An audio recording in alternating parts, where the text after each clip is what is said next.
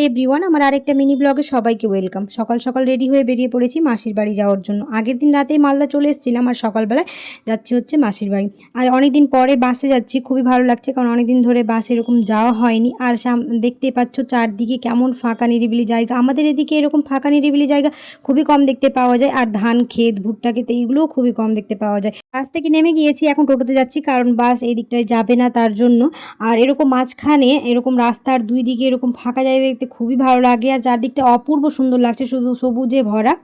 আমাদের এদিকে যেহেতু ধান চাষ বা গম চাষ এগুলো খুবই কম হয়, তাই দেখতে পাওয়া যায় না। এদিকটায় আসলে অপূর্ব সুন্দর লাগে দেখতে। তারপর পৌঁছাতে পৌঁছাতে লাঞ্চের টাইম হয়ে গেছিলো, তারপর লাঞ্চ করে নিয়েছি। লাঞ্চে ছিল হচ্ছে বিরিয়ানি, রায়তা, পাঁপড়, আর ছিল হচ্ছে ডেজার্টে লাচ্ছা সেমাই। লাঞ্চ করার পর একটুখানি রেস্ট করে এখন খাচ্ছি হচ্ছে আম। আমরা তো বাড়িতে আম কিনে খাই, কিন্তু এখানে নিজের হাতে আম পেড়ে খাওয়ার মজাটাই আলাদা। তাই এখানে লঙ্কা আর নুন দিয়ে আম মাখিয়ে খাচ্ছি। আর খুবই সেদিন গরম ছিল, তার জন্য চলে এসেছিলাম একটুখানি এই দিকটায়। এই দিকটা ফাঁকা আছে আর অনেক বাতাস বইছিল, তার জন্য এই দিকটা ঘুরতে চলে এসেছিলাম। আর চারদিকে দেখতে পাচ্ছ কচু গাছ, তারপর অনেক কিছু ভুট্টা গাছ লাগানো হয়েছে।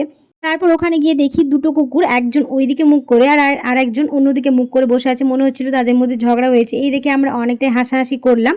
আশা করছি আমার আজকের মিনি ব্লগ তোমাদের ভালো লেগেছে। আর দেখা হবে পরে এক নতুন মিনি ব্লগে। যারা এখন আমাকে ফলো করেন অবশ্যই ফলো করে দিও।